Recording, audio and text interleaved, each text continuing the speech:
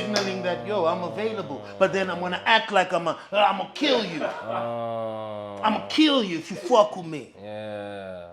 Years later, I was standing with Morgan Freeman and Clint Eastwood, shooting Invictus. 4 years later. A lot of actors need a shitload of therapy, I can tell you that much. That's this whole acting thing on a surface level, man, and it's, that's the surface. On the deeper level, it's dangerous. My agent didn't view me as an actor. She thought I was a presenter.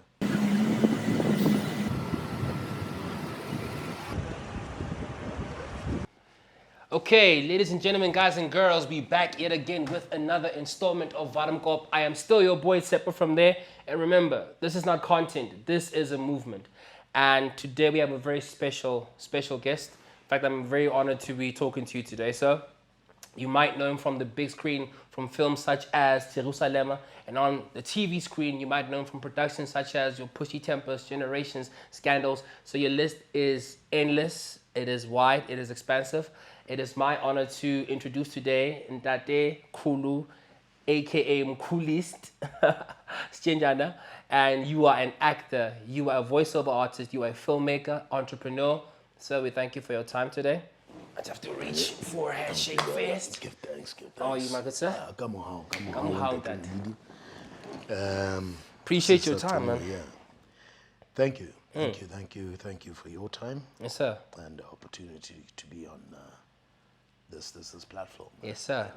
Appreciate you. So this platform is Each One Teach One, WARMKOP, and we really want to just get into, the craft of acting.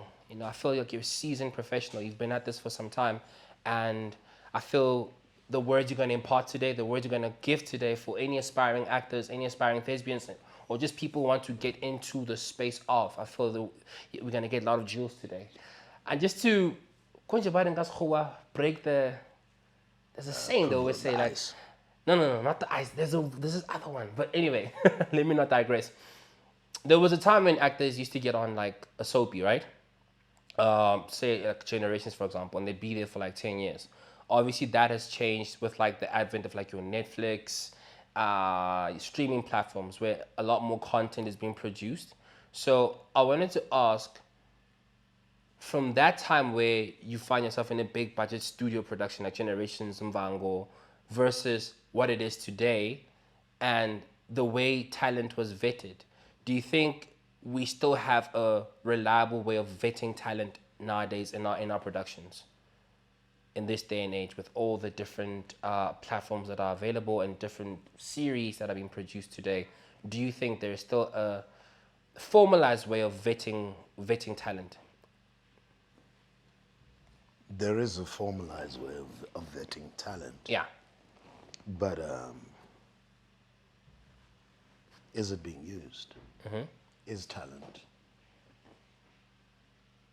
vetted for talent's sake? And the answer is no. The answer is no. Back in the day, it was more about the talent. It was more about, but not completely. The entertainment industry is a business first. Talent is actually secondary. But they'll tell you that it's about talent and would want to, because it's what you want the people to believe. No. You don't think it is? It's about business. Yeah. And you see it more so today. Things have progressed. Platforms have increased, as you were saying. Used to be just television broadcast based. Now you've got streaming platforms, and so many, and you see it today. I mean, one of the biggest complaints that you get from specifically actors, is the issue of people being cast. People who get cast because of their numbers. It's now on social media. Yeah, because of social media numbers, because of your look, numbers, and then talent comes Third. last. I feel like talent always comes last all the time. Yo, man, I was watching. I know we're in SA, but Yes, sir. but we in SA. Yeah. It is like it's a mini America. No? We have, we mimic America. We're modeled. Our society and even entertainment industry, acting is very much undeniably modeled around the US. Yeah. So I was watching something on Golden Mayer, Okay. the father of Hollywood, the guy who started the first big, the major, the most successful, the first Hollywood studio. Big Shot. Was he a producer? Big Shot, yeah, Big Shot producer. Golden Mayer, yeah. Yeah. Just forgetting his first name, but Mayer is his surname. Who started Hollywood, actually. Who went and started, who was one of the people who started the Hollywood studios. Can we just shake your We mic? have I it. think it fell. My mic. Apologies for that. Okay. But the mayor, yes. We're still So- talking about the mayor of Hollywood. No, his name was Mayer, it's not the Mayer. Oh, not the mayor. His name is, as in Golden Mayer. Do you know the production? The Yes, I do know actually, yes. the MGM. MGM Studios. yes, yeah, Okay, the Golden Lion. Golden Mayer Studios. Okay, Now, the founder Yes. of that was he was big on saying, look, I don't care about talent. I can make you. We'll create a star. You don't have to be talented. You don't have to be talented for us to make you a star. And once you're a star and we've made you a star, we'll just go, wow, you're talented. You're great. I'm going to say something controversial. I've heard certain Please, go people. for it. Yeah. I've heard, there's certain people, I'm not saying I'm saying it, Yes. but I've heard some critics who go, Denzel's not talented. Crazy. Yeah. Who are like, nah, he's not that talented. It's like, nah, he's not the greatest. He's not, And when you hear things like that, and then you hear things about, look, we make stars, and we, and you understand the machine. understand, yes.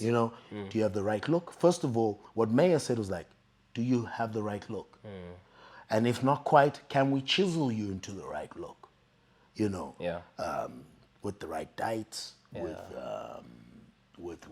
surgery. Okay? Yeah. We're gonna chisel you, surgery, and then what May also then said is like, I own you. I own you once I make you into a star. I'm gonna own where you go, what you say, what interviews you give, what parties you go to, how you know what I'm saying? It's very interesting. Very interesting when you consider that, right? From old Hollywood days. Yes. And then now let's come back to the point we were making about South Africa, means where vetting talent and where the vetting now Yes. is about social media numbers. Your look, are you an it girl, it boy? You know what I mean? So when you look at that, there's a correlation in there. There is. You And know, like you said, us being the biggest consumers of content from there, or generally our mimic. systems, Yeah. we mimic their I mean, systems. yeah. And pretty much the whole of Africa as well. When it comes to entertainment, Yes, sir. media. Yeah. The America Hollywood is the blueprint, so to speak. It is. Yeah. Definitely. So And even that concept you were talking about, like creating a star. yeah. There was a time where acting was more about what is expression on stage. Now, or when I'm talking theater, the expression of. Yes. But now it's about personality, from what you're saying. It absolutely is. You Yes. create a personality, a persona, an idol, right? With the big screen and moving pictures.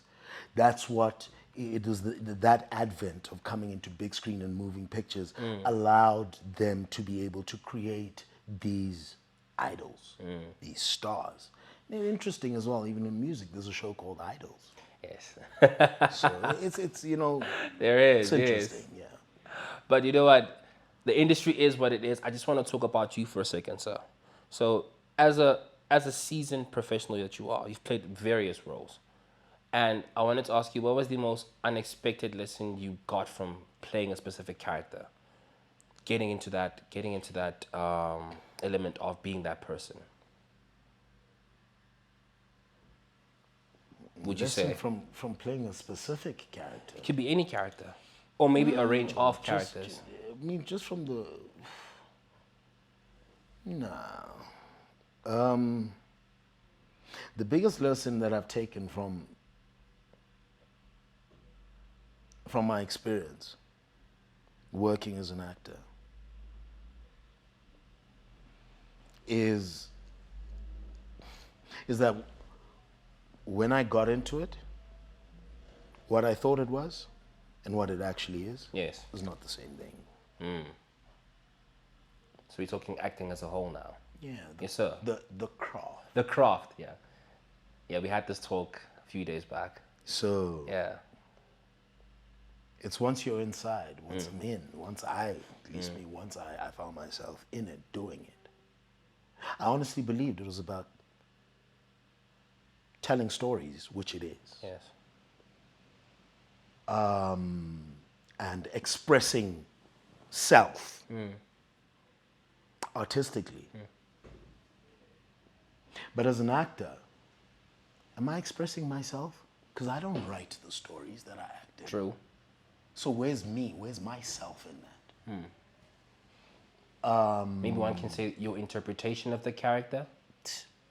Bro, Yeah. can only go so far, yes. Yes. Okay? Yeah. But is that self? That's just my understanding, my self's understanding of the character. But is it expressing me or expressing an understanding of what somebody else wrote? The latter. Do you see? Yes, sir. So come into it going, oh, well, I'm an artist and I like to express myself and I want to tell stories. Yes, we tell stories. We agree. But there's no true self-expression. When you're not even a writer as an actor, and the things that you write are the things that then get produced and shot for people to watch. So I realized that, okay, there's no true self-expression here. Because first of all, when you act, hear one of the golden rules about acting. Yes. You'll hear when you speak to other actors and say, don't judge your characters. If you really want to give an honest, portrayal of them, don't judge him. Okay? So right there, when you don't judge, right? Judgment is based also on self and how your world view. Correct. So now, already you're being told, screw your worldview. Okay? I get you. So there is no actual lesson from that sense then. So no, wait. Okay. This the lesson I'm realizing. So there's no self-expression. Okay. That's an illusion. We're lied. We're told. We're sold this idea of, oh, you're an artist, right? So I realized, well, since that's not what's happening. I am telling stories. Then I realized, but what stories am I telling? And to what end? Whose narrative is this? About, because again now we're representing characters. Correct. Characters. It's almost it's a reflection of society. Reflection of society. Yes. So in these stories, we're reflecting a certain society. Now in all the stories that I found myself being chosen, cast to tell a narrative, to tell the story, this narrative, right? Yes. In all of these, which people, when I look at my discography, okay, the stories that I've acted in, the movies, the TV shows that I've acted in, those stories, who are they talking about? Whose story? Which people? Then the answer is quite obvious if you go back and look, right? It's people of color, us black people, not just of color, but specifically black African. Okay, so-called black African. And then I look at, okay, what's the narrative? You know, is there a thread, A golden that, thread that goes ties. through, you know, the majority Yes. of the stories? And there is. What do And you that think thread, it is? Yeah, that thread is. it's not a pretty one, because now we're going back to narrative. And then you look at, you know, stories about People of color. us, Yes. right? Yo, man, I'm just saying, Keep it real. Keep it real, yeah, please. I'm just saying, Yeah. you know, I tune into. Uh, Let me not actually even make the comparisons, Okay. and I'll still keep it real. Yeah. But when I look at it, it's just like, man, a lot of what we produce, or whatever, or a lot of what is produced in the Yeah. name of black entertainment, Yeah. Does not globally. paint black people in a good way. no, thank you. Yeah. It's just Please not. say it. It's Yeah. it's whoa, it's cringeworthy. Cringe-worthy. And so that's the biggest lesson, where you realize I suppose it's a, what is it, a disillusionment or a Demystification. demystification, and you Yeah. realize where you realize now you're like, Ish. But fit. "Kanti Clint senzani?" What stories are we telling? But also, who are writing these stories is another question as well. But yeah, Yeah. and even who are writing, but more than who's writing, Yes, sir. who's commissioning? Because also what I've learned in the game, not Who just gives acting. the green light? Yeah, because Yeah. so you know what happens as well. There's writers who come. You can come with a story. You write. And the big guys, right? Who commission or who give the green light. green Oh yeah, we'll sponsor. We'll put money into this, and you can. Because most of the time when you're a writer Yes. for a TV show, Yes, sir. you've got the idea, the show. You've put it on paint, but you put it on paper. You put pen to paper. Pen to paper. Yes, sir. And but you don't have the money So the gatekeepers to what? to get your work published. To get this work published and Yes, sir. shot Yeah. and produced into, you know what I'm saying? The masses. Into film, into an audiovisual for people to consume. You don't have that money. So then what happens? What am I driving at?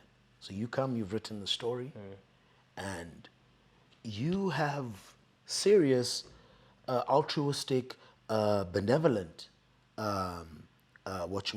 motivations behind your story. You want to. Let's go in. You want to put your people in a good light. You want to tell the story. Yeah. You've written it. Too often you'll find, right? Too many times, and I've heard it Yeah. from producers and writers. You know, I can't say I'm yet to produce a TV drama or series. The only thing I've ever produced is a short film. Yes, sir. So there was no interference in the narrative of the short films that I've produced. But what Those I've are shot heard, independently. and it's independent, you Yes, see, sir. and was on, budget was my own budget Yes. and my partner's. Yes, sir. But where I'm getting at is, too often, I've heard it, where you've written something and you take it to the big guys with the big monies, and they take it and they read it. Oh, whoa, this is a nice story. Yeah. Right. Okay. But for this story to be on our platform, and you want us to, right? How about? Not even how about, here's what you're going to change. Crazy.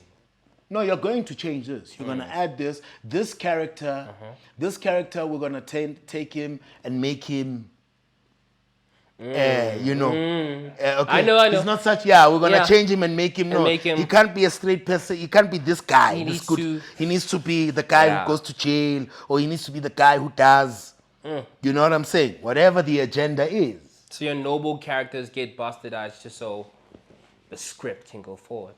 So the script can go forward, and then so that as well. Wait, then they use the same thing to justify and say, no, audiences like the drama, or they like the. But they are telling audiences what they like. That was the first thing you said in the beginning of the interview. You are being told you are going to consume this and you're okay.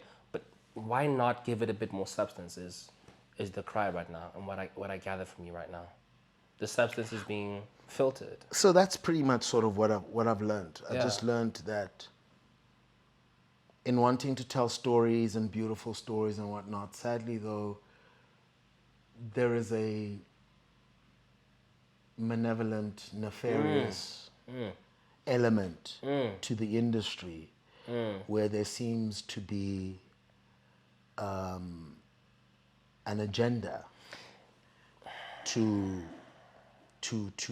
paint a certain people in a certain way, you know, and make it to make, and those certain people is so-called black people, the Bantu. You have to be the face of it. Not to say other races don't participate in that thing, but more specific. We're gonna make you. We're gonna make you the face of the deadbeat dad. We're gonna make you the face, all right, of the alphabet soup community. We're gonna make you. Please tell us what's an alphabet soup? What is that? The alphabet guys, man. The alphabet people that you're not allowed to. I'm actually gonna go off script, and I want us to keep it real, man. Like this is an open platform. We can speak our views. I personally am seeing an agenda where the African male is being effeminated. African males are very feminine in a lot of portrayals, and I'm not speaking really towards the alphabet group of people, but just in general. But there's it's this part of the effemination agenda. of the African male. But that's part of the dresses. agenda. It's not. It's like this. It's one Amatino Luimi. Yeah. With the alphabet agenda. Oh yeah. There's Part an and parcel. agenda. Yes. Right? Yes. Now, look, man. If that's what you want to do as an adult and that's your life, fine. Yeah. But it doesn't need to be As shoved down our throats. yes. The thing is, it's been shoved down our throats. Yeah, Yes, sir. that's the problem. The issue's there. You know, there could be an argument. Yeah, but heterosexual whatnot relations were being shoved down our throats in the movies. Let's not do that either. Or when or rather, in the past, when they used to, if you want to call it, shove it down the throat, or when it used to be portrayed. It was portrayed and pretty much also said, no, it's for adults to consume. Now, the lines are blurred. Where? Children must consume it. And children are consuming it. Yeah. And listen, Yes, so sir. my problem here is that even the Yes. so-called straight, hetero, Yes, sir. okay, Yeah. that's not for children to consume either. You know, the portrayal of grotesque sex and on whatnot on screen, right? So not only is it being shoved down, it's not being regulated the way heterosexuality was being regulated in this. Even that heterosexuality, it was an illusion of regulation. It wasn't real regulation, because that was also being used to incrementally introduce us to where we are now, to get us here. It's You see, it's obscene Simple. nowadays. but we obscene. could not have gotten to where we are, the obscenity Yes. that we at right now. There's no way we could have gotten here, just jumped from. It was steady. From it had to incrementally, Yes. incrementally get you, soften you up. So they softened us up. Desensitize you. Thank you. Yes. And they start with certain taboos that apply within heterosexuality. Yes. Once those taboos are Normalized. normalized, we're desensitized from that, then you push the envelope with the next thing, with the next thing, with the next thing. You see what I'm saying? get you, sir. To slowly desensitize. Yes. the audiences to what is. And then what are the effects, real time in society, of all of these things that we put on screen for us to watch? So the medium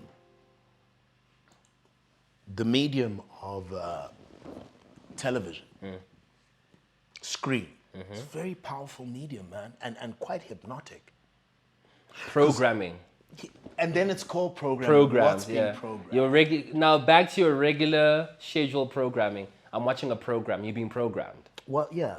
Who and what is being programmed? Well, the viewers. You see? Yeah. Because what then happens is, especially when it's good, Yeah. because remember, it's not... Here's another thing that I learned very early on. Realized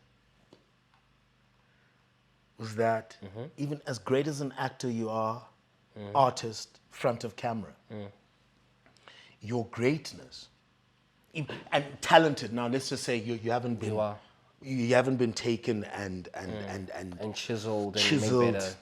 Yes. as we were referring to Yes, earlier on. early on, yes. Here we are, we're dealing with a genuine talent, someone who's just, proper. He's talented. He's got the things, man. He's not jaded.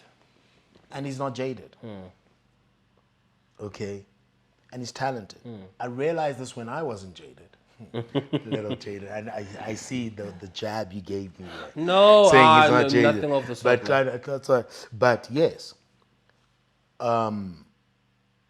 I realized coming in, and when I realized, like, I'm talented, I'm good at this. But then what I realized early on is this.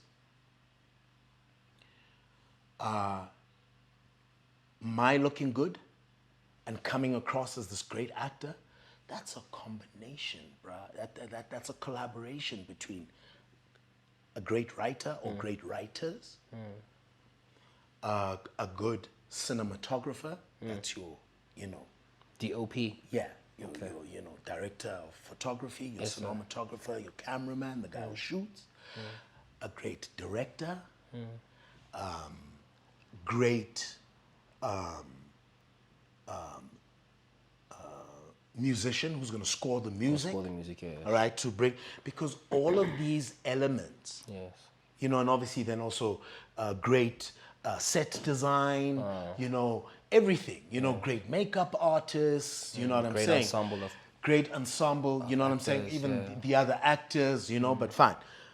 But all of these elements come together so that in that frame, when you and I are now watching, lights are off, screen is big, we're in the theater or we're at home, or now, and you get pulled into this world because they create a world that it's make-believe, but once you're watching it and you're in there, it becomes real, right? So as you're watching it, that realness, what effect does it have on you after watching it? It's compelling. Exactly. And compelling. to It moves what you. degree do we actually, Yeah. because, once I start saying to people, most people won't say, this thing, it influences you, it programs you. The rebuttal most people want to make, to be like, no, that can't be true. I'm not being controlled. I have my, they'll turn around and say to you, dude, it's just entertainment. It's not that serious. No, actually it is though. There is a saying that you become what you consume. So from a body perspective, the food you eat will create the body you're looking for. If you want a gym, you eat specific foods, you chisel your body. But also your eyes consume. Your eyes consume, your ears consume, buddy. Can you tell me more about that? With regards to people just saying, no, it's just entertainment, but the actual impact of entertainment on people. Let's look at the word. Let's break down the word entertainment. Let's go for it. Enter. You go in. Entertainment. Enter, tain, detain. Yeah. Enter and detain. So you go in willingly. You enter. No. Well, the willingness is this. The willingness is you willingly open your receptors. You let it Or you are letting it in. We're not entering. So the question is entertainment. Yeah. What and who is being entered and detained? Who is being entered and detained? Flip. And then the Problematic. mint. So I guess the mint is the commercialization of it. Say again? So I get what we said. Enter. Yeah. The willingness of party or parties entering a certain domain. No. Being detained. Then mint. The entering. It's Yeah. entertainment because it enters you and detains you. You are being, say it. Yeah. I am consuming or I am being entertained. I am being entertained. An entertainer. I am entertaining you guys. I am entering you and detaining you. Oh. Yeah. And you want to sit and tell me it's just entertainment and there's no influence and you have your own free will and the things that you choose, the things you vote for, the things you want to buy, your sense of style, your sense of identity. You really think you got a choice. You think you chose that all for yourself and there's no influence. Oh, definitely there has influence. There has been influences. From day one, as a kid watching TV leading up to now. So now here's the thing, nothing wrong with influencing. Yeah. There's nothing wrong. Yeah. I don't see nothing wrong with that per se. But to what end is the question? Is it for the purposes of bettering people? Giving you perspectives and different worldviews? I always thought it was. I always thought it was. But that's what we're told. That's what you want to believe. That's what it ought to be. Yes. That's really what it should be. But is it? May I ask, where do you see positive programming in South African content? We've spoken about the elements we kind of not like, but are there positive attributes you can pick up from some content, some movies, some series? Oh, yeah. Yes, sir. I mean, off the top of my head. And let's talk from a messaging perspective, because we know what the other messaging is and what the end game is there. But do you see any positive messaging and it being reinforced in society as well? Right now I'm struggling. So, answer. Right now I'm struggling to see it. Yes, sir. Right now. Yeah. And also, let me tell you, here's the other thing. I'm not going to say it's not there. Yeah. Just at this moment. And also for me to say I'm struggling. Maybe it's not that I'm struggling. Maybe I'm not trying hard enough to find it. Because here's what's happened. Yeah. I've also, over the last few years, not even several years, it's just over 5 years, I've disengaged. So I don't consume a lot. I've stopped watching stuff. Stop being entertained. I'm like, yo, I don't want to be entertained no more. Yeah. Okay? Yeah. So I'll admit that I've stopped consuming so much. So I guess what I'm saying is, if there is, right? Yes, sir. Stuff that is positive, is the messaging. I don't know it. You don't know what it is yet. I'm not aware of it. Understood. I want to believe that there's something, because good must slip through somewhere in all of this, because evil won't prevail. Because there are good people still, and there is a balance. Oh, no, absolutely, there is a balance as well. Father, look, but my understanding of the world, balance. The world is not balanced equally. This world has been given over to the wicked. Job 9, for those who read the Bible. It has been given over to the wicked. Revelation 12:9 also tells us that old serpent, the devil, that old serpent, the dragon called Satan, who deceives the whole world. Yeah. So I bring that up to say there isn't a balance between good and evil currently in the world that we live in. We live in an evil world. Yeah. But the thing about evil, the modus operandi of evil is to call itself good. The greatest trick the devil ever did was convince the world that it was the angel of light. Right. Yeah. And I don't know if it's the book of Romans or Hebrews that says, for it's no It was wonder. a movie for me, actually. That's I think it was Constantine. That wasn't the greatest. That's from The Usual Suspects. What you're quoting. Oh, yeah. But then there's a book, I'm not sure if it's Romans or Hebrews, that says, and it's no wonder, for Satan himself transforms himself, right? Or poses as an angel of light, and his ministers as ministers of righteousness. So that's the world we live in. We live in a world where evil is masking as good.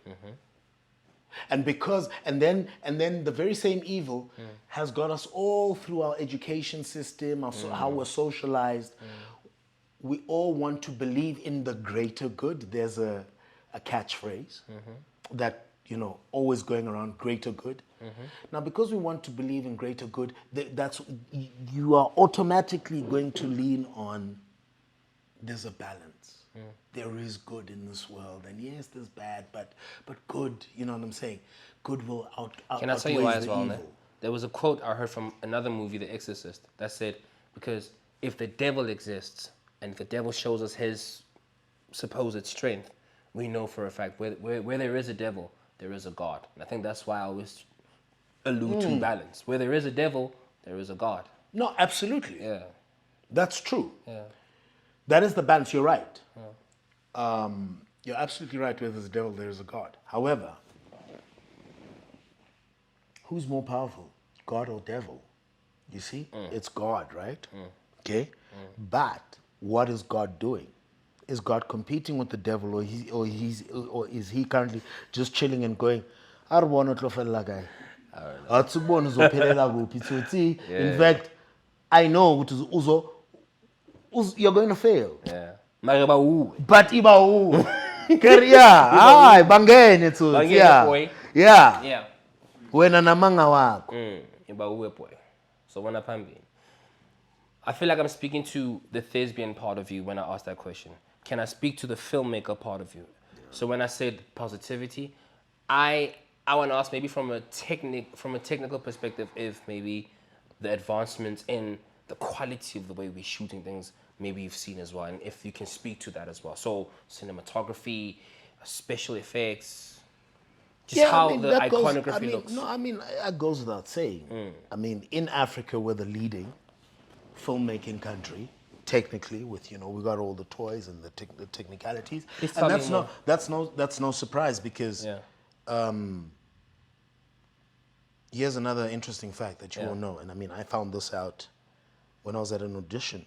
Please tell me. I went to an audition and I saw a coffee table book about filmmaking in South Africa, and then I asked the casting director, Thorsten, I was like, yo, what's this? Yeah. And he was like, no, it's a history of filmmaking in South Africa. Yeah.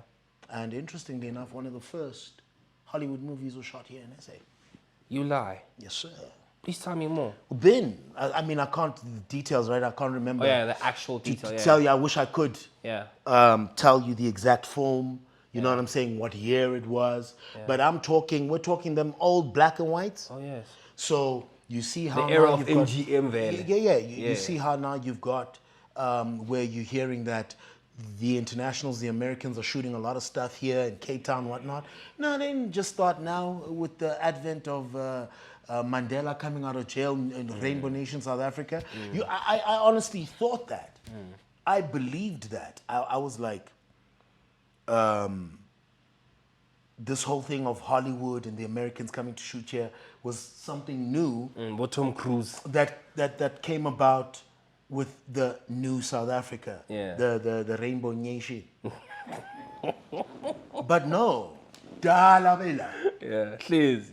Dala by corner. You know what I'm saying? And I found this, so that's very interesting. And then it goes without saying, Tsepo, that look, things are improving as technology improves and ways of doing.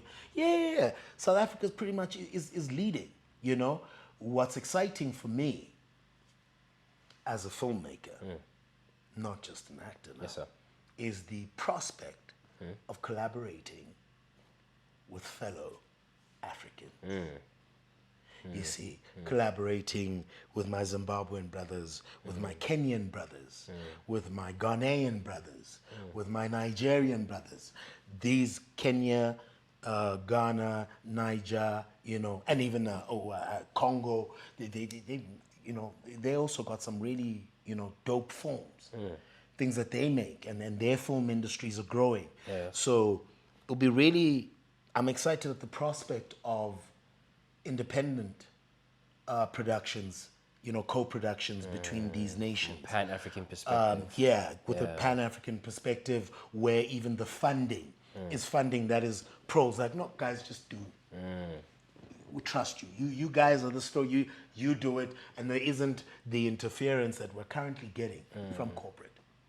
Because corporate, you know, is basically running-ish with the stories that we're currently telling. Because I wanted to ask you, like, I thought that because streaming platforms actually like dismantling the machine, that they wouldn't also impose on what the stories need to be. To be honest, I felt like when I saw Netflix, Showmax, all these guys, I thought that there's more control. They give you the illusion of dismantling, but actually what it really is doing is just opening up the can of worms so that you can even have more trash. So we can just keep yonkin sipiawa shatuti. No my face. That's what it is. Not to dismantle the system. No. To let the system be to flourish. So, you know what I'm saying? That's crazy. Or to rot. Yeah. For the rot to properly express itself. Yes. It's a proper game of smoke and mirrors, really. Oh, yeah, it's crazy. But, so that kind of makes me anti-establishment. Yeah. I thought streaming platforms were no establishment to begin with. That the system is gone. Oh, I'll drink to that, man. To that realization. Cheers. Yes. The awakening. The awakening, yes, sir. The awakening. Awakening. I like that. So we'll drink to that, to this awakening, to let's start. Let's stop denying when we see it. The spade, it's a spade, guys. Can I take you back a little bit? Each one teach one again. In the process, can you walk me through your process of? I know I'm taking you back now, but I just want to give the viewers as well just some insight into your world.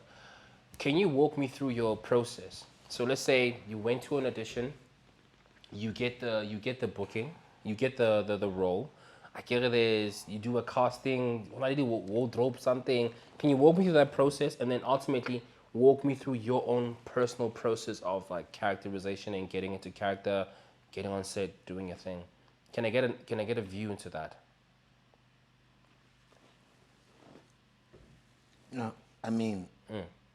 And so I don't think you jaded. I'm still thinking about that. I don't think you jaded. No, I mean, the process is,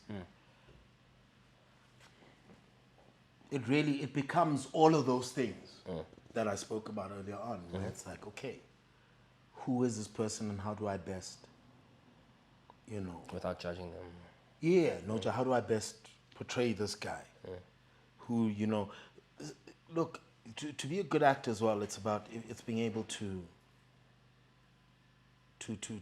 read a script and understand it. Do you know what I'm saying? You need to first understand the story.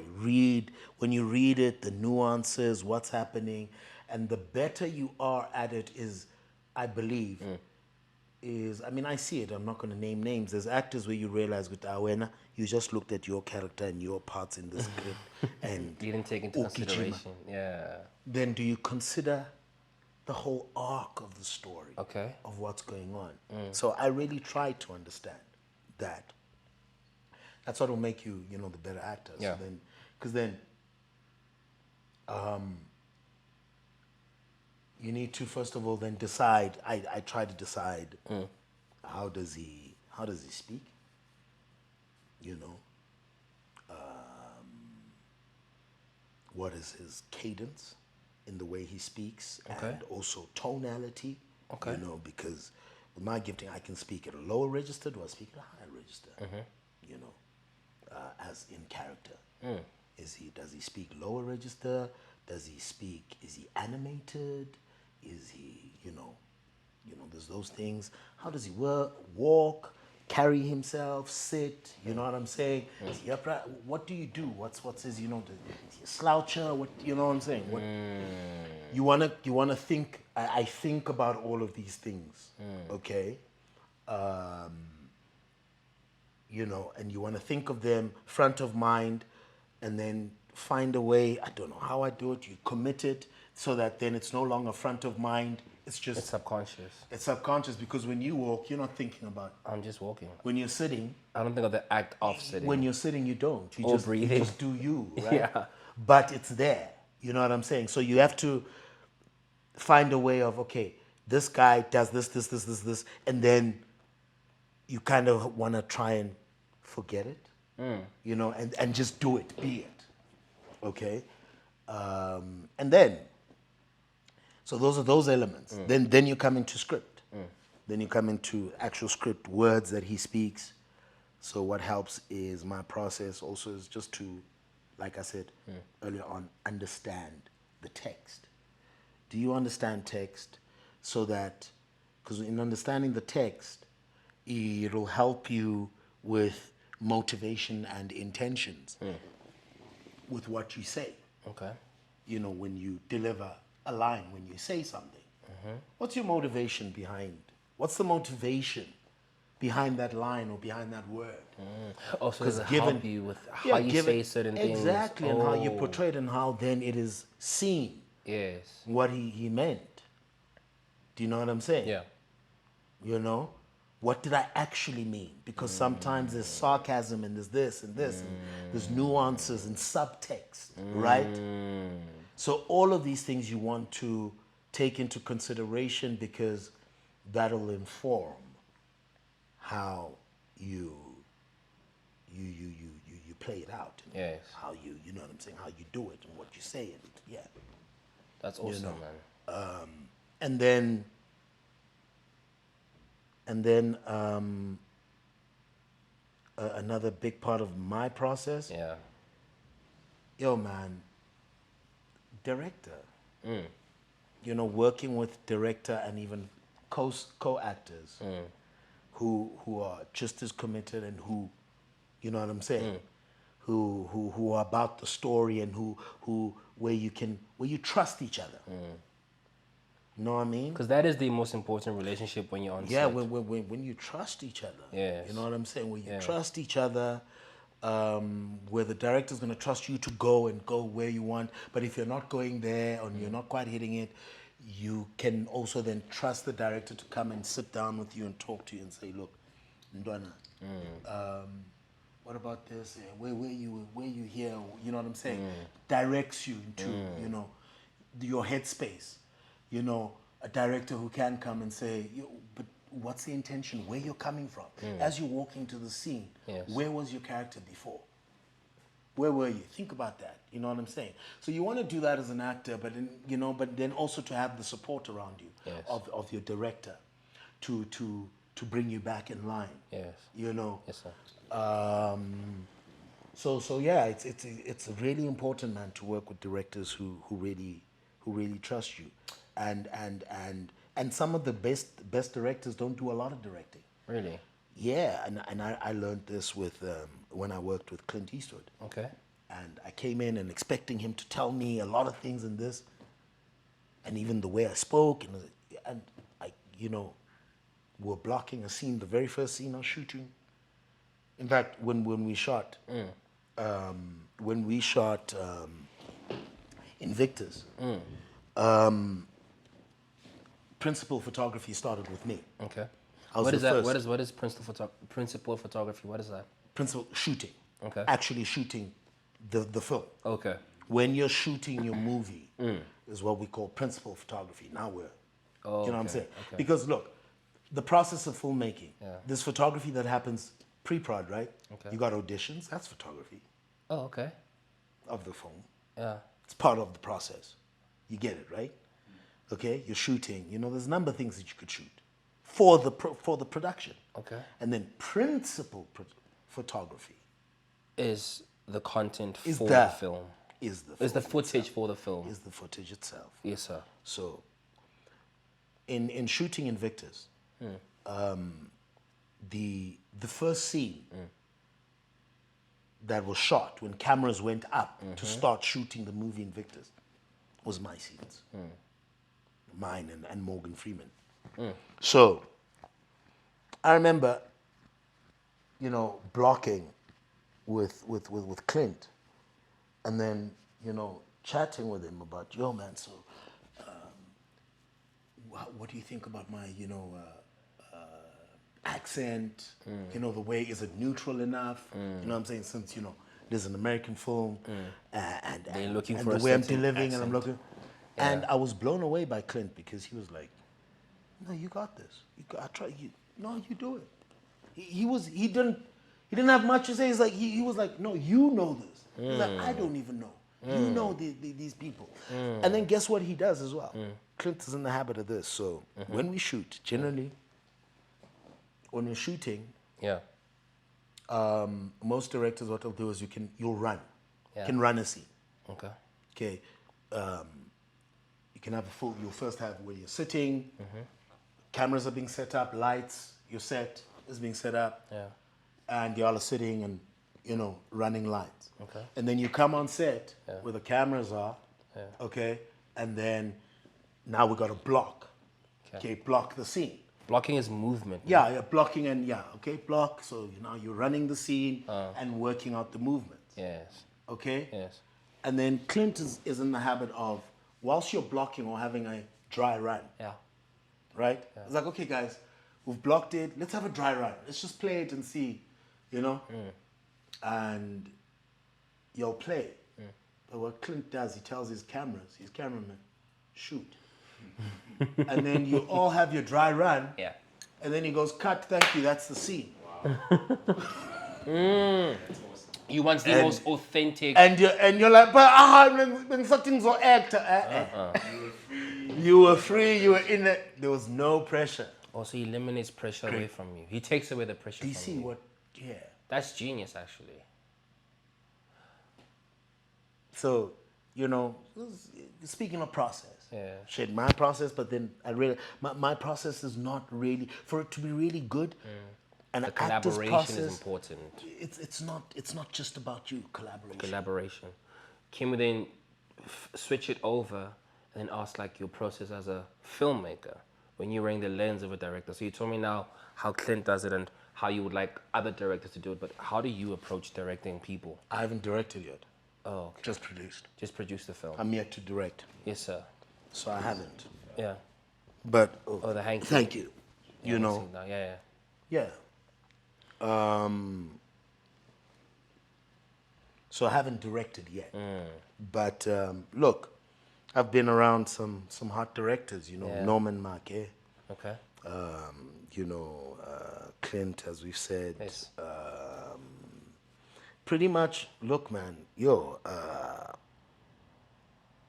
Kholu Mandla N. I've worked with some really, really, really dope directors. Yes, sir. I know some directors were really nice. Yes. Nice with it. Yes. It's directors, man, out there, Yeah. Phew. Now I've named so many names, people, they Yeah. They just came to mind now, yeah. The point I'm making is, how would I direct? Having worked and been directed by all of these great directors, I'm going to take a leaf from all them boys.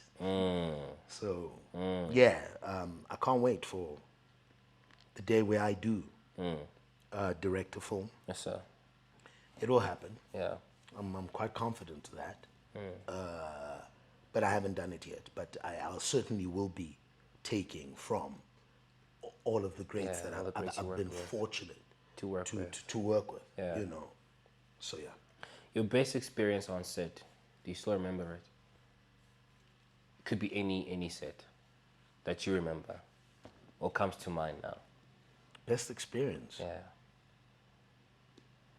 And I don't want to narrow it to now best experience with a director. No, just overall that you can tell me that you remember.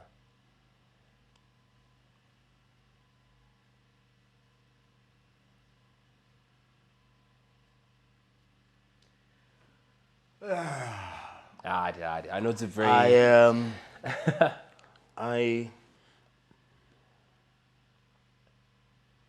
So I was shooting a commercial. The second commercial I ever shot. Yeah. And it was a commercial for a headache powder. And shooting it, speaking to my director, Yeah. he was telling me his story. I think we were chatting at lunch. And he said to me, he was explaining to me, telling me how he got into the film industry. And he started as a runner. Okay. And he got into the film industry whilst he was at varsity, Yeah. playing rugby in Cape Town. A gentleman by the name of Sunu Gunero, a Zimbabwean fella. And Sunu, when I met him, he's telling me that, yeah, got into the film industry by chance. He fell into it, you know, as a runner. Was at varsity. He wasn't pursuing film. And, you know, started as a runner and worked his way up, found his way, and he's directing now. Yeah. I was like, okay, that's cool. And then he was like, so this is my last gig in South Africa. I was like, what? I was like, yeah, after this, I'm off to Hollywood. I'm going to Hollywood. I'm going to go direct my first Hollywood film, which happens to be Pride, a movie called Pride with Terrence Howard. It's a swimming film. Okay. So I was like, whoa, you doing for real? All right. So here was my moment. So then after talking to him, now I'm on set, we're busy shooting, and you know, when you shoot, you get a lot of downtime as an actor, changing cameras, changing lenses, changing setup, whatever, you know, and you're waiting. So sitting and reflecting on my conversation at lunch with Sunu, my best moment happened. It was a realization. It wasn't necessarily. I realized something. I was like, no way. If I'm only starting, I'm only starting this thing of being an actor on camera, and I'm shooting a commercial. And the guy who's directing me is off to Hollywood. Into US, yeah. Oh, so even me. So somewhere, and I was like, maybe 10, 15 years from now, I'll be shooting some Hollywood things. Just I think that anything is possible. 4 years later, I was standing with Morgan Freeman and Clint Eastwood, shooting Invictus.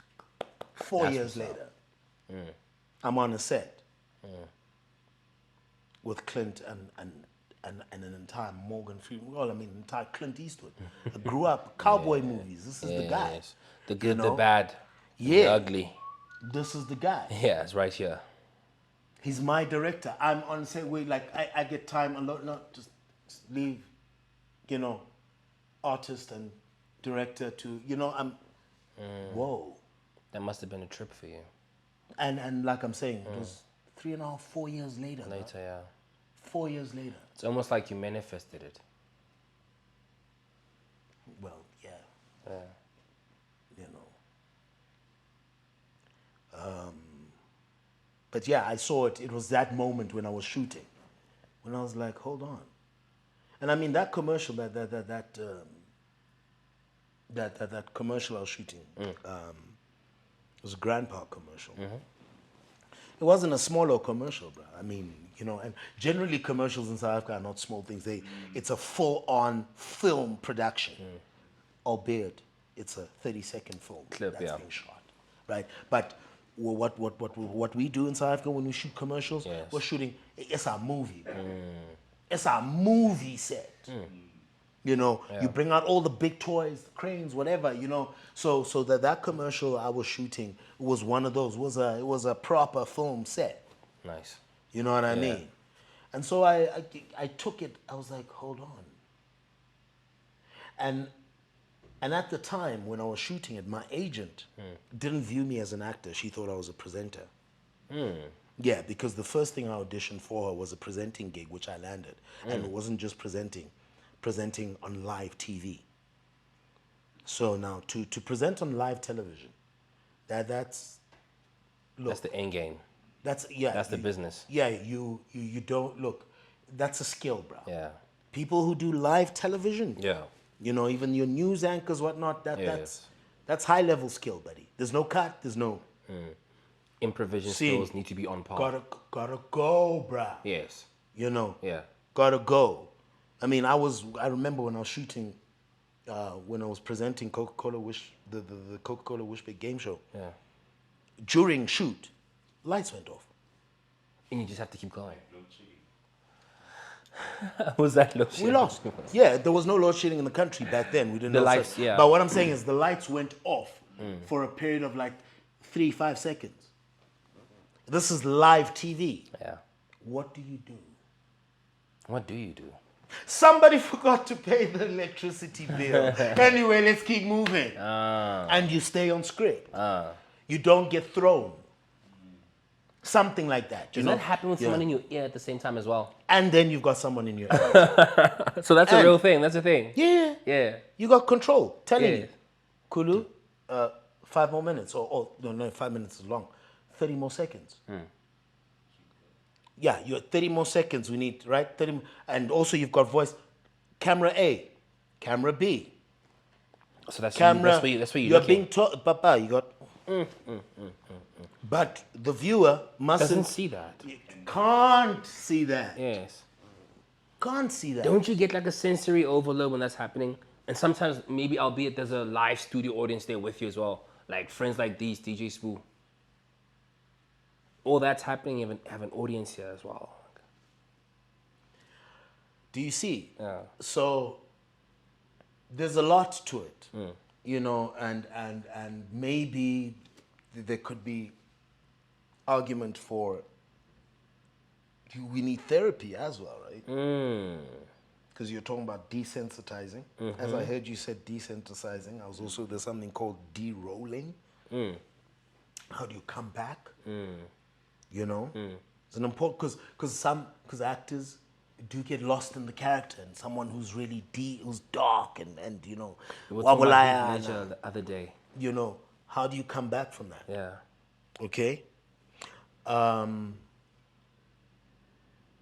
So yeah, that's this whole acting thing on a surface level, man, and it's, you know, that's the surface. On the deeper level, it's dangerous.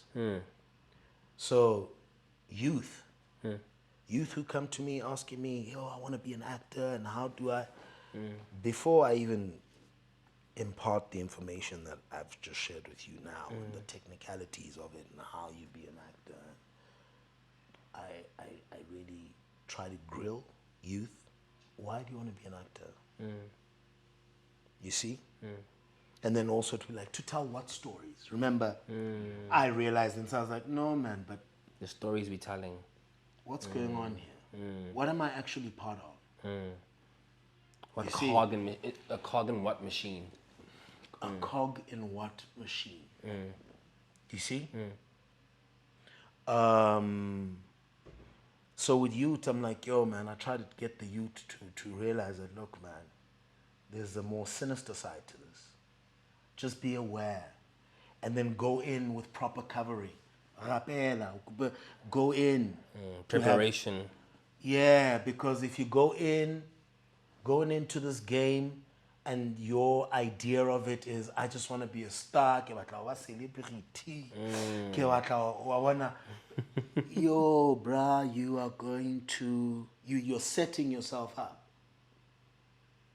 to be used and abused, and you know what I'm saying? In the name of, oh yeah, you might get the trinkets and you know, but best believe, bruh. Yes. Best believe, bruh, that you're being used. You're a cog. Albeit you could be a cog that's made shiny and given, chiseled and told and given prominence. Yeah. Right? Yes. You'll be given all this prominence and A-lister, whatnot, you know, all of that. At what cost? How would you recommend that actors take care of their well-being?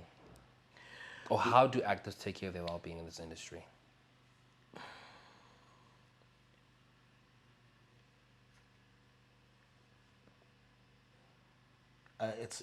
Look,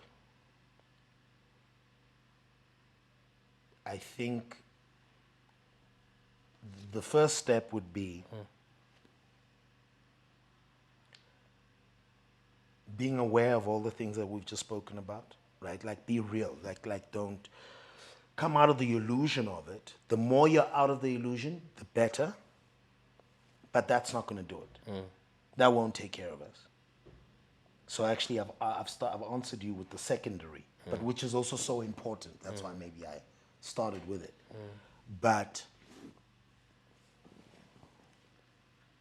what actors need, right, is to be paid properly. Okay? You know? Paid what they're actually worth. Okay? Yes. Then once you are paid what you're worth, then you are in a position to look after yourself. Whether you're going to do it, that's on that's you. for you. But yes. But what needs to happen is that I need to get paid, right? Proper money, so that I can afford the psychiatrist that I need to go and pay and sit on a couch, like I'm sitting right now, no cameras, okay? Where I can actually go and sit on a couch and pay somebody 2,000, 2.5 an hour. You know, or I can afford a medical aid that can pay those fees, right, for therapy. A lot of actors need a shitload of therapy. I can tell you that much. In fact, artists, whether music, whatnot, we need therapy, guys. We need a lot of therapy. Okay. What toll is there on the human spirit or the human condition in acting? Well, here's the thing, my man. Yes, sir. This thing that we do at the highest level, the ones who get paid the most, they fully understand what they are doing. And it has a very occultic leaning to it. You're playing with spirits. You are losing yourself and pretending to be someone else. Okay? At the highest levels, Hollywood, those are witches and wizards we're dealing with. Oh, you don't believe me? What is the Hollywood? What is the Hollywood? The Hollywood is that stick, that wood, that Bo Harry Potter used. Yes, that is a Hollywood. So it's enchantment. My man, is crazy. It's very dangerous what we're doing. This acting, this thing. And so now remember, go back to what I said to you. Yeah. We're mimicking, we're little Hollywood here. No, enough said. But we've been sold the illusion of illusion these of are what our it stories. is. These are our stories. Yeah, of what it is. I'm just acting and it's entertainment. And on the surface level, deeper, the craft, art of acting is very dangerous. you see it more. Let's go into theater, and you've had some experience in theater. So in theater, you even more than television and film acting, you grind that script and you run it over and over and get into that character. Yes. And you know the intention, this word and the blocking and It's more I intense. know, and more intense where you get in. And even so with theater as well, when we do theater, it's draining as well. You, Physically. yeah, because you work and work. You're there like 6 hours Yes. rehearsing, right? Yes. And this thing gets in you, and when you get home, like, yo, You're drained. okay? Especially in the theater. Yeah. So now, the big guys, they take that and bring it into the films. And then the films as well, we already know it's, television. What are they telling the vision? Television, yeah. Right? What is the programming? Yes.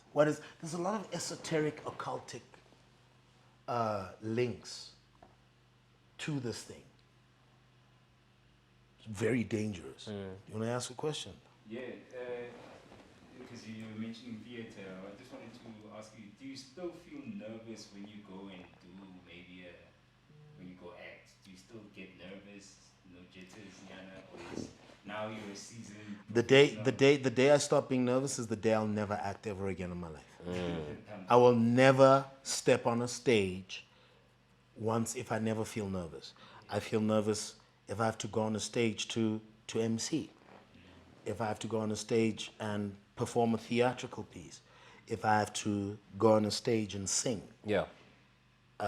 Always nerves. If I'm not nervous, if there's no element, no matter how confident, I could be confident, but there'll always be an element, man, of nerves. Yeah. Those nerves for me personally, what they help with when Akagiso is, especially with live performance, you know that something wrong can and probably will happen. And those nerves is what, for me, helps fuel me so that when something wrong happens, we're ready. Because also we've been rehearsing and we've practiced, we've rehearsed so much that when something happens, Tsepo, he misses a line or forgets an entire, Piece. 5 lines. Dialogue, yes. Dialogue of his dialogue. He jumps from here to here and you're like, we're live now, bro. You're like, hey, this guy. What did And we people just only know something is wrong if you act like something is wrong. Otherwise... So those nerves, I think that the nerves are the fuel for when that happens, for you to just keep it going. roll with it. Roll, yeah. And then sometimes there's something that goes wrong where even the audience knows that, okay, something has gone wrong here. And the beauty of it is watching professional actors pick up from, okay, guys, you guys saw, but how do we continue, no stress. pick up? No stress. Yes, okay, we all saw that we messed up here, but go back on the proverbial horse and let's go. Yes, sir. That's what's up. Another question? You good? Okay. We're close to wrapping up now. Just a few more questions. In terms of industries, right? You mentioned Africa. You mentioned Ghana. You mentioned Nigeria, Zimbabwe. You seeing an emerging, or rather are emerging in terms of quality and storytelling. Is there anywhere else in the world you see potential?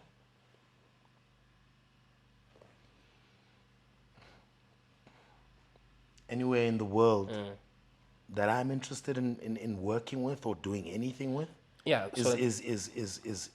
would be a diaspora world. Is the diaspora? I'm sorry, call me whatever. I'm trying to, because the stories I'm most interested in are your stories. is our stories. Our stories. My people's stories. Sir.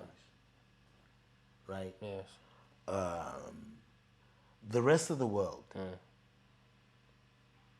has shown me, without a shadow of a doubt, that they're not interested, invested in my story being positive in any way. okay? Yeah. However, they'll gaslight me into our kumbaya and no, we are all one and we should all, yeah, we'll collaborate, whatnot. But look, man, you know, before I'm collaborating with Korean, with the Germans, whatnot, we can do that. But my real, you know what I'm saying? If you find me collaborating on a German film and whatnot, you know that Khulu's doing that for money, bro. For the bag. No, I'm doing some things. I'm gonna be doing them for the bag now. It's Yeah. bag. Because Yeah. also, everything I've done so far, when I really think about, really all it boiled down to was for the bag. Yeah. And even that bag is a bag of exploitation where we've been grossly underpaid, right? Okay, we know that. But it was really for the bag because every other thing that I thought, I realized was like, it's not really that. Everything else that I thought I was doing it for, you know, I thought it's not really. It's not really. You see what I'm saying? Yeah. Coming to that realization, like, So now, where I'm at, there's things that I'll do for the bag. Yeah. But when you're speaking about heart, Yes. man, outside of the continent, it's the diaspora where my people, where I find Other- diaspora, Yeah. In those places. where I find fellow Bantus Yes. in those spaces. You know, those are stories that I'd be interested in telling. Okay. You know, From or that getting- perspective. Yeah, as Okay. a filmmaker, and you know what I'm saying, Yeah. and collaborating, as you know, we're saying, I'd love to do that. You know, those are the stories that really need to be told. You know, that our people, need to see. You know, what the stories that the world Needs to know about is it. telling. Oh, yeah. The stories that the world is telling with the people who are currently the captains of industry who own, right? Those stories that are being commissioned and told, Furthest thing. well, they're not doing anything positive for us. So we need to get to that space where the positive things are happening for us. Stories by us, for us. Fubu. You got this. You know? Yeah. Yeah. You know? Yeah. You know, we need that FUBU Mentality. ethos. That's basically what drives me now. You know what I want to do, man. Yo. Yeah. And any last words, man, to anyone out there who made it this far? They need some last words. Anything I need now, nah, it's okay, man. It's okay. You're good. But you gave us a lot of jewels, man. I'm still tripping over the Hollywood thing. The Hollywood, what the Hollywood is. So yeah, think about it. Right, it's the Hollywood. There's programming. Television. All right. Yeah. Okay. And then there's secret societies associated to the Hollywood. Do you know what I'm saying? Which a lot of these top guys, the people you know, the big names, are part of, guys. You know? So we're dealing with a lot of craft, witchcraft. Guys, you know, guised as entertainment, but then even entertainment, we don't realize what entertainment really means, stands for. Our understanding of entertainment means, fun. No, there's a more sinister thing to it. So, okay, parting words. Guys, I'm going to take from what you said. What you consume, you are what you eat. So the music you listen to, don't just be taken by the beat and the groove. Listen to what the lyrics are saying. Okay? Yeah. Shows that you're watching, the images. There's certain things as well. When you're watching, I'm not going to say don't watch. But when you're watching, there's certain shows that you're watching where certain things, don't be afraid. Pick up your remote and fast forward, bro. Skip through certain parts of the film. You're not going to lose the story. You're not going to not get what the story is about. Yeah. There's just certain things that don't let your eyes get used to consuming. Yeah. There's certain parts of these films where you can go, zzz, okay, zzz, and carry on watching. Yeah, it's okay. It is really, it's not only okay, it'll probably be for your benefit to start having that habit. Yeah. Where, remember you've been desensitized? A lot. We've been desensitized. So how about we start sensitizing ourselves? So when you see gory blood, like, you know what I'm saying? Be like, ooh, fast forward. Look at it this way. I honestly want to say this. Do you know why it's so easy for us as black men to pop each other and kill each other? And niggas ain't shit. That nigga ain't shit. You just a bitch. You a bitch, nigga. You this nigga ain't shit. Why? Because you keep hearing it in your music that the nigga ain't shit, and I'm gonna kill you, and you's a bitch, nigga. Right? How many times do you hear the phrase bitch nigga in music? And then you wonder why you got P. Diddy's. Because niggas been bitches for a minute. Yeah. They've been telling us. Yeah. But with the exterior, with what's the English word? What's the word I'm looking for? With the guys. They present themselves as hard, man. Facade. Yeah, with the you know what I'm saying? Yeah. I'm hardcore, I'm a kid, you know, nigga, you know what I'm saying? I'm a bad nigga, I'm gonna shoot you. But same nigga is also a bitch nigga. You know what I'm saying? Pussy ass nigga. Pants are hanging here, signaling that, yo, I'm available. But then I'm gonna act like I'm gonna kill you. I'm gonna kill you if you fuck with me. Yeah. Okay? Yeah. So, understand that. If you can understand that there is an influence, what you hear and what you see. Yeah. So we hear so much bitch nigga, you niggas ain't shit, nigga ain't shit, nigga ain't shit. And then our movies, Black Death. Yeah. Black Death In the beginning, we were the first to die, in fact. Yeah. Black people were the first to die in movies. Thank you, there's that. Yes. Right? And then you will see a lot of blacks killing blacks. Yeah. Just arbitrarily, okay?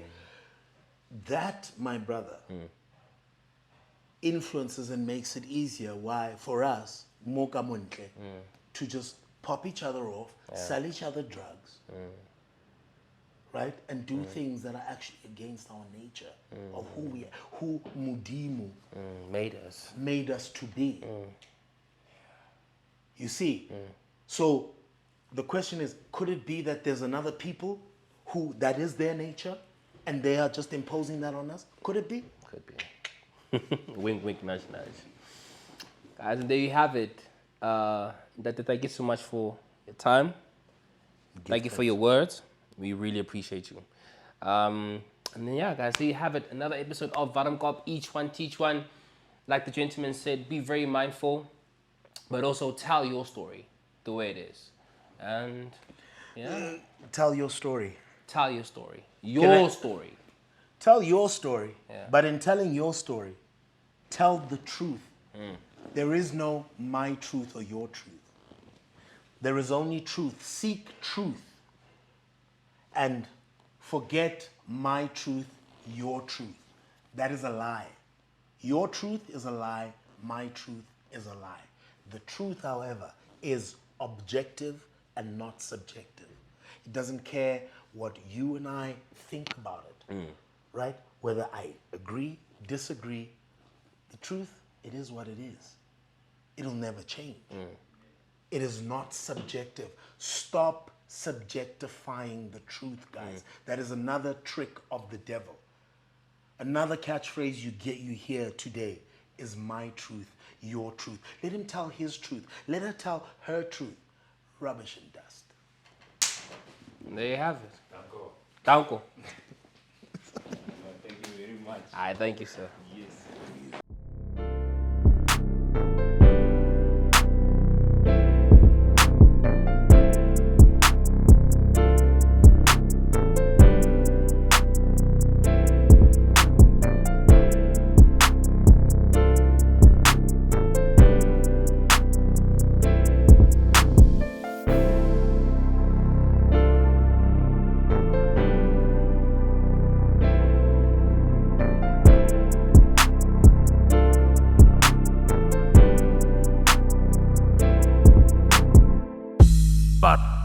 WARMKOP.